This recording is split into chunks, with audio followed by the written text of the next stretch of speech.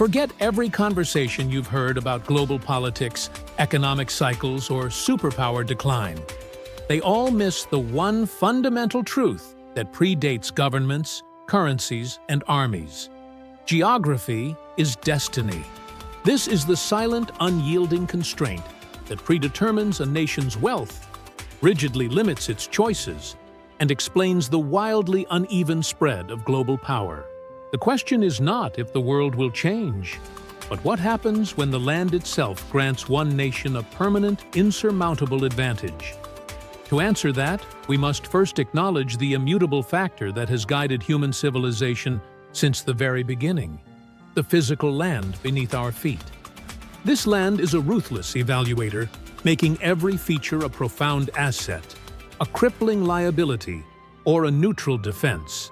To illustrate this, consider the flat, exposed expanse stretching from Warsaw to Moscow, a geographic negative for Russia, a strategic highway that Napoleon and the German armies both exploited, marching vast armies right through the breach. But if that is a vulnerability, then what constitutes stable fortune? For millennia, the answer lay in river valleys. Before we dissect the colossal modern marvel of the Mississippi River Basin, let us play a game of origin to understand the original blueprint for power. The first known human populations emerged from Southeast Africa, gradually spreading out and establishing the 6 great cradles of civilization, from the Olmec in Mexico to the societies along the Nile. While every one of these societies aspired to lasting peace and prosperity, one performed vastly better than the rest, its extraordinary stability largely a foregone conclusion determined entirely by its natural geography. Egypt. Its legendary success, which endured for an astonishing 3,300 years, was secured by 3 predictable factors that every aspiring empire craves. First, the perfect river. The Nile was the most reliable major river on Earth. It flooded predictably but rarely catastrophically, creating the perfect, stable environment for agriculture and sustained population growth. Second, ease of movement. The unique flatness of the river valley ensured that goods and people could be transported effortlessly by boat from the upper reaches to the coast, a logistical advantage that unified the entire kingdom into a single economic entity. Third, natural fortification. The people living along the river rarely had to concern themselves with invading armies, because the vast, impassable desert flanks served as the world's most formidable defense against the military technologies of the time. No one was eager to march an army across that inhospitable terrain. The invasion that finally unseated Egypt, the last of the 6 original societies to fall, launched the Great Global Shuffle, an era where rising global populations led to centuries of revolving conflicts across Europe, China, and Africa. However, the dynamics of this chaotic struggle abruptly changed with the advent of modern technology, slowing the redrawing of borders and essentially locking in the Earth's geographic blessings and curses. And standing at the epicenter of this newly frozen world map, a seemingly inevitable power emerged. This brings us to the United States, which emerged as the governor of Earth's single most enviable landmass. From the outset, its coastline provided fortune. Glaciers from the last ice age sculpted deep, natural canyons along the east coast, creating dozens of natural deep-water ports, strategic assets that were almost non-existent in much of Europe. These harbors, including New York, Boston, and Baltimore, were perfectly situated to receive the European navies, and subsequently enabled productive colonial settlements to quickly take root and push westward. Yet, this strong coastline was only the initial foothold. The true foundation of American superpower status was definitively solidified when Thomas Jefferson seized the strategic opportunity of the Louisiana Purchase. This 1803 land deal, acquired for a paltry sum, provided a legal guarantee that no other European power would colonize the entire continental interior. That vast, priceless territory, today arguably worth at least $60 trillion, represents what is likely the best investment in human history. But the value is not in the dollar amount. The truly incalculable value lies in the Mississippi Basin. It is nearly impossible to overstate the strategic wealth contained here.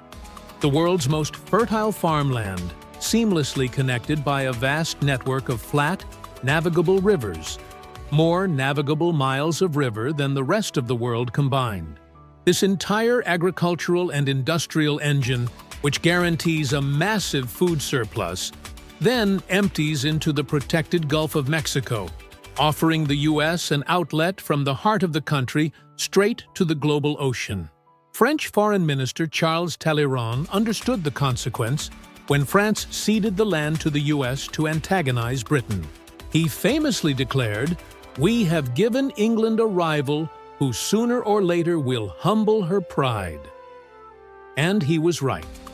This land acquisition, coupled with the U.S. later connecting the Pacific to the Atlantic, created a colossal blue water buffer, a strategic fortress 3,000 miles from the perennially warring Europeans and 4,500 miles from Asia. This unparalleled continental security is the single most important reason the U.S. is the only developed country that has not had to rebuild itself after major conflicts in the last 150 years. This geographic security is the margin of error that other nations simply don't possess. But the advantage doesn't stop at the water's edge. Geography is only the starting point. To convert this geographic destiny into perpetual global dominance, a country requires stable institutions that maximize its physical advantages.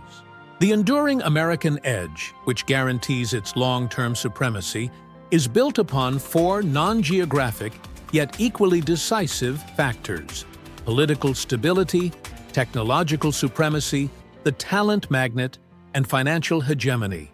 We begin with political stability and the rule of law. The U.S. Constitution established a political system defined by predictable stability where the fundamental institutions and the rule of law are remarkably enduring. Why is this certainty so valuable? Economic growth is deeply intertwined with political certainty. In contrast to nations where government collapse or unpredictable policy switches are common, which cause investment to drop and capital to flee, the American system guarantees that contracts will be honored, property rights are protected by an independent judiciary, and core economic policies will not fully revert overnight. This low level of institutional risk attracts global investors who crave certainty, ensuring a continuous stream of capital that fuels American growth and innovation. This stable platform then launches the second factor: the technological edge and the patent system. The U.S. transformed from an agricultural economy to the foremost industrial power in the world, largely due to its commitment to innovation. This was codified in Article 1, Section 8 of the Constitution, which grants Congress the power to secure patents and copyrights to promote the progress of science and useful arts. This legal framework created an incentive engine by guaranteeing inventors a temporary monopoly on their ideas. This protection is the bedrock of the world's most powerful innovation ecosystem, giving birth to breakthroughs from the airplane and the internet to the microchip.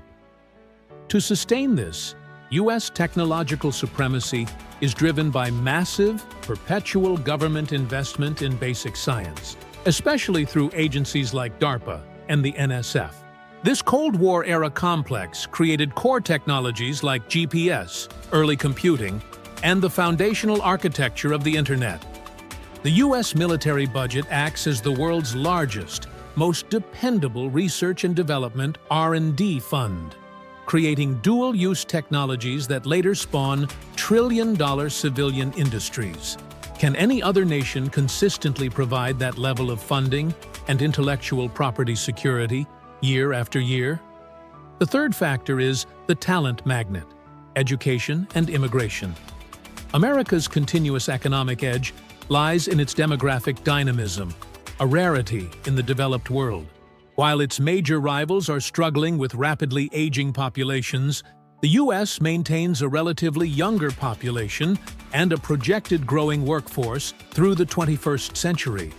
This vitality is driven by a higher birth rate and the continuous, deliberate intake of global talent.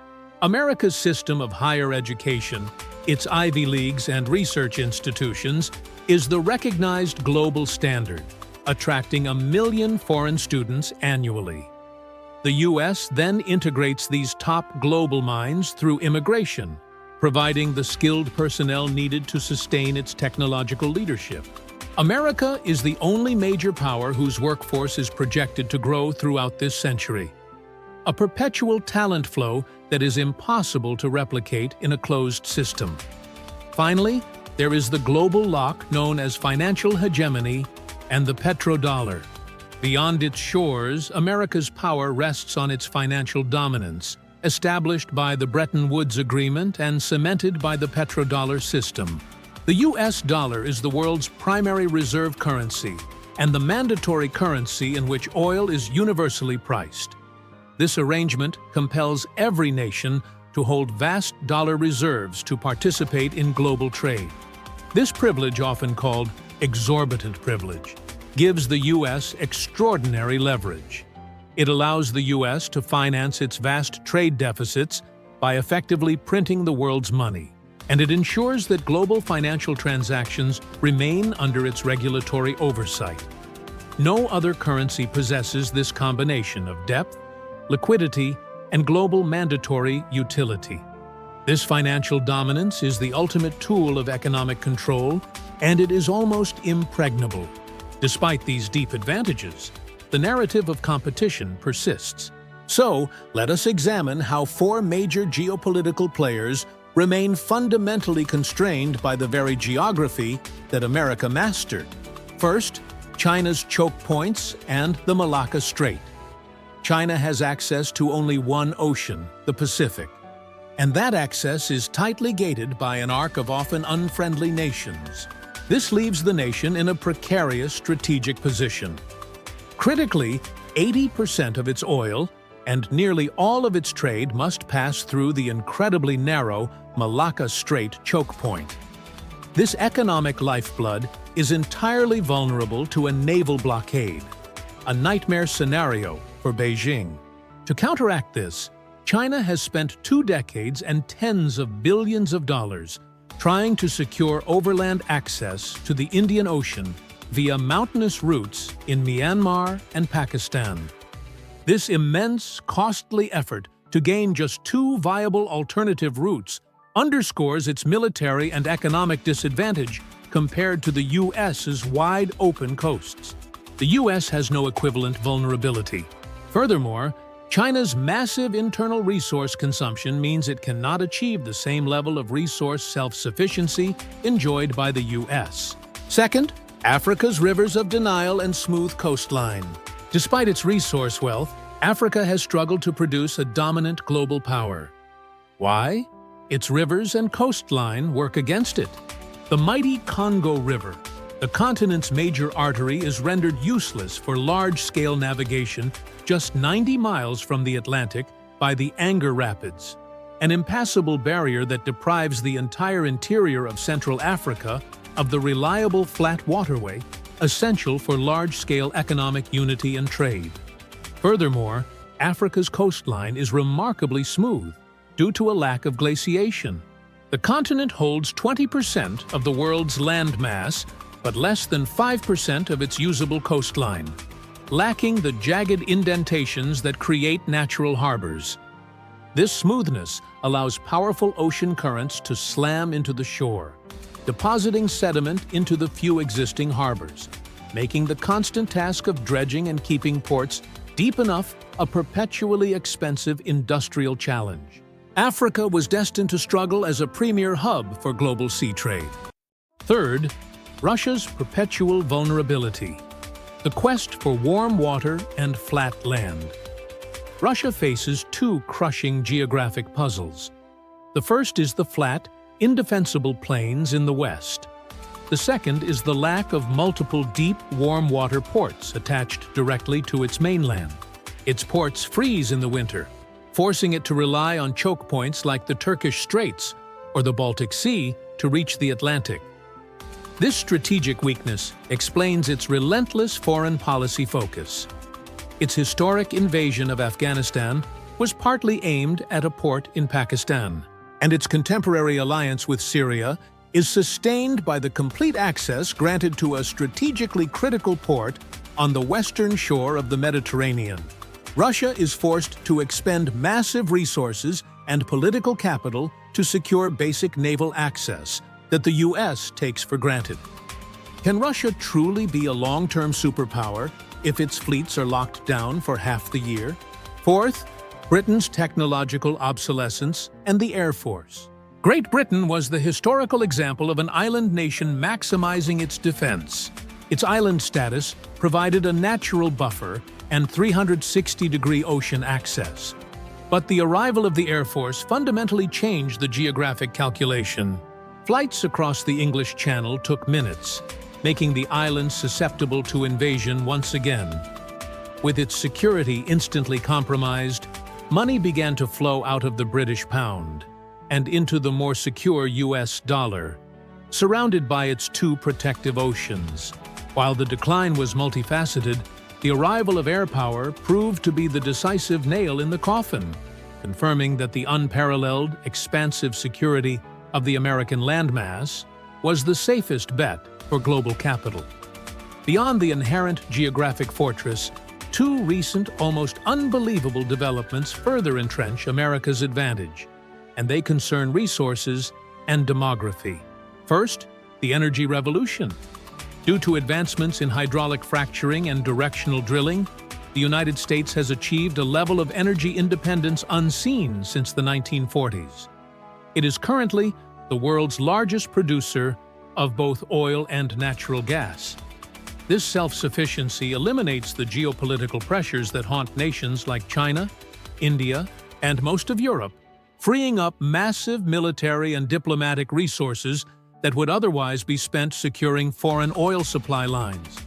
This energy surplus is a massive economic stabilizer and a unique strategic advantage. Second, the demographic advantage. The U.S. stands alone among developed nations for its demographic health. While its major rivals, China, Russia, Japan, and most of Europe, are struggling with rapidly aging populations and declining workforces, the U.S. maintains a relatively younger population and a projected growing workforce through the 21st century.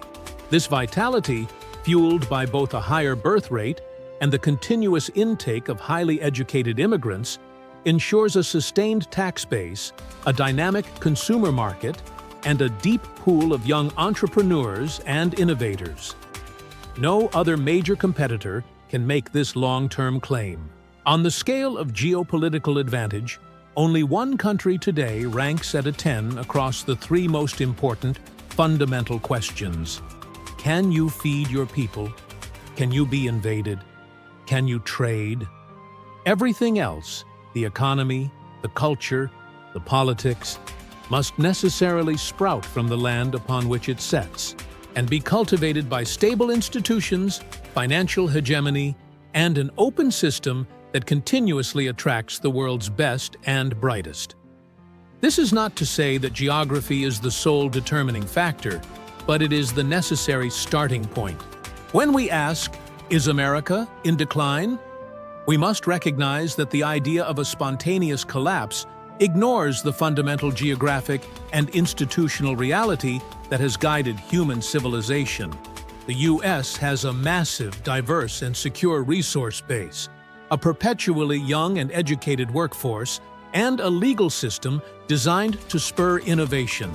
Until something about the land or the institutions underpinning the nation changes, that country's position of power in the world is profoundly unlikely to change.